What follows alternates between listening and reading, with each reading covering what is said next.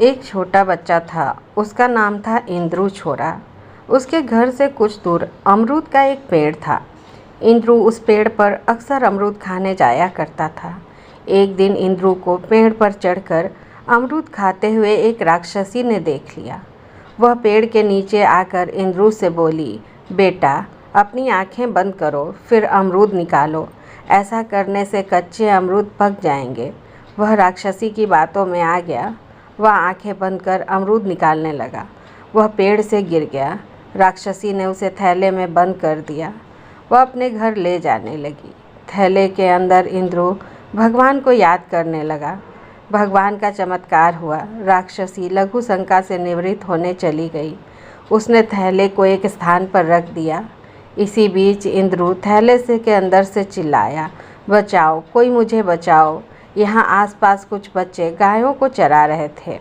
उन्होंने इंद्रू को थैली से बाहर निकाल दिया। राक्षसी के थैले के अंदर बच्चों ने पानी से भरा एक डिब्बा रख दिया। राक्षसी ने इस डिब्बे को इंद्रू समझा। वह उसे घर ले जाने लगी।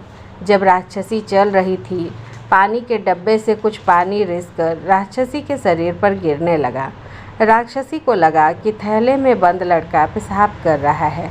वह बोली, ए लड़के, तू पेशाब करते रह, मैं घर जाकर तेरा क्या हाल करती हूँ देखना।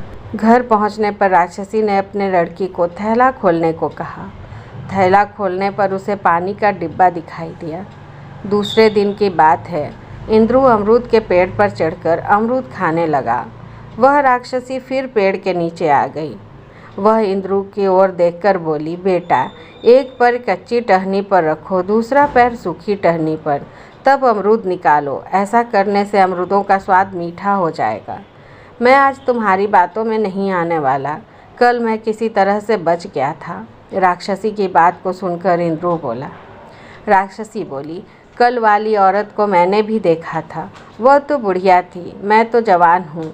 मैं कल वाली औरत नहीं हूँ। इंद्रू ने उस औरत की बातों पर विश्वास कर लिया। उसने एक पैर सूखी टहनी और दूसरा पैर कच्ची टहनी पर रखा। ऐसा करते ही वह गिर गया। राक्षसी ने उसे थैले में बंद कर दिया। वह उसे घर ले जाने लगी। रास्ते में उसे ज़ोर से प्यास लगी। उसने थैला बंद बच्चे को एक टीले के ऊपर रखा। वह पानी पीने चली गई। इस बीच गाय चराने वाले बच्चों ने थैले से इंद्रू को बाहर निकाल दिया। उन बच्चों ने कपड़े से अपना मुंह ढका। अब उन्होंने राक्षसी के थैले के अंदर मधुमक्खी का एक छत्ता रख दिया। राक्षसी ने मधुमक्खी के छत्ते को ही इंद्रू समझा। वह अपने घर की ओर चलने लगी। रास्ते में उसे मधुमक्खियों ने काट खाना शुरू कर दिया। उसने समझा कि यह इंद्रू की शरारत है। वह कहने लगी, ए लड़के, तू मुझे चूटा देकर परेशान करता रहा, मैं घर जाकर तेरा क्या हाल करती हूँ देखना। घर पहुँचते ही राक्षसी ने अपनी बेटी से कहा, तब तक इस लड़के को थैले से बाहर निकाल, मैं खाने पीने की तैयारी करती हूँ। राक्षसी की बेटी ने जैसे ही थैले को खोला, मधुमक्खियों ने उसे काट खाया। वह रोने लगी। उसने रोते रोते राक्षसी को बता दिया कि इस थैली के अंदर मधुमक्खी का छत्ता रखा हुआ था। अपनी बेटी की दशा देखकर राक्षसी को क्रोध आया। उसने तय कर दिया कि अब की बार इंद्रू छोरा को लाते समय वह कहीं नहीं रुकेगी, उसे अपने घर लाकर रहेगी। दूसरे दिन वह राक्षसी फिर उसी अमरूद के पेड़ के नीचे चली गई। आज भी इंद्रू छोरा पेड़ पर चढ़कर अमरूद खा रहा था। इंद्रू को उस पर शक न हो, इसलिए आज वह छोटी बच्ची के रूप में पेड़ के नीचे खड़ी हो गई। वह तोतली आवाज़ में इंद्रू से बोली, भैया, पेड़ की एक टहनी पर खड़े हो जाओ, इसके बाद आंखें बंद कर भगवान को याद करो, इससे पेड़ में लगे सभी अमरूद पक जाएंगे। इंद्रू को उस बच्ची पर कोई शक नहीं हुआ। उसने वैसा ही किया जैसा बच्ची ने कहा था। वह पेड़ से गिर गया। अब राक्षसी अपने असली रूप में आ गई। उसने इंद्रू को थैले में बंद कर दिया। वह रास्ते में कहीं नहीं रुकी। वह इंद्रू को अपने घर ले जाने में सफल रही। घर पहुंचकर उसने अपनी बेटी से कहा, अब की बार थैले में पानी का डिब्बा है और न मधुमक्खी का छत्ता। इसमें अमरूद के पेड़ वाला लड़का है। तुम इसे थैली से बाहर निकालो, तब तक मैं खाना बनाने की तैयारी करती हूँ। यह कहकर राक्षसी खाना बनाने का सामान लेने बाहर चली गई। इधर राक्षसी की बेटी ने इंद्रू को थैले से बाहर निकाल दिया। इंद्रू राक्षसी की बेटी से बोला, लगता है तुम्हें मधुमक्खियों ने काट खाया है।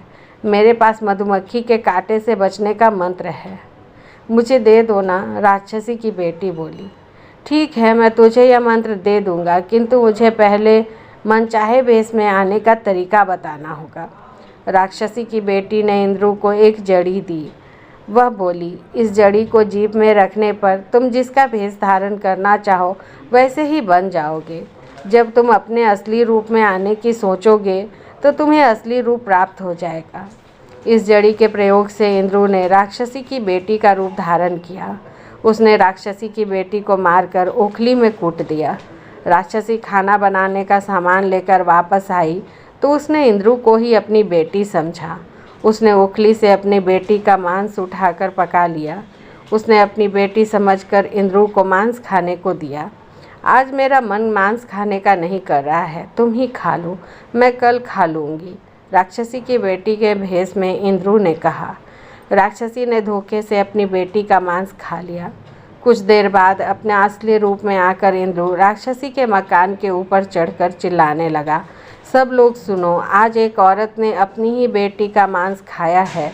इंद्रू को देखकर राक्षसी वास्तविकता समझ गई। वह रोने लगी, बिलखने लगी, पत्थर से अपना सिर पीटने लगी। उसी समय वहाँ एक महात्मा प्रकट हुए। रोते हुए राक्षसी महात्मा से बोली, मैं बच्चों को मारकर खाती रही, आज अपनी बेटी के मरने पर मेरी ममता जाग गई है। मुझे भगवान ने राक्षसी क्यों बनाया? बेटी, जन्म से कोई राक्षस या मानव नहीं होता। राक्षस या मनुष्य तो कर्म से बनते हैं। तुम बुरा कर्म करना छोड़ दो तो तुम भी मनुष्य बन सकती हो। राक्षसी ने बुरे कर्म छोड़ने का संकल्प लिया। उसने देखा कि महात्मा के आशीर्वाद से उसकी बेटी जीवित हो गई थी। अब वह अपना समय ईश्वर भक्ति में गुजारने लगी।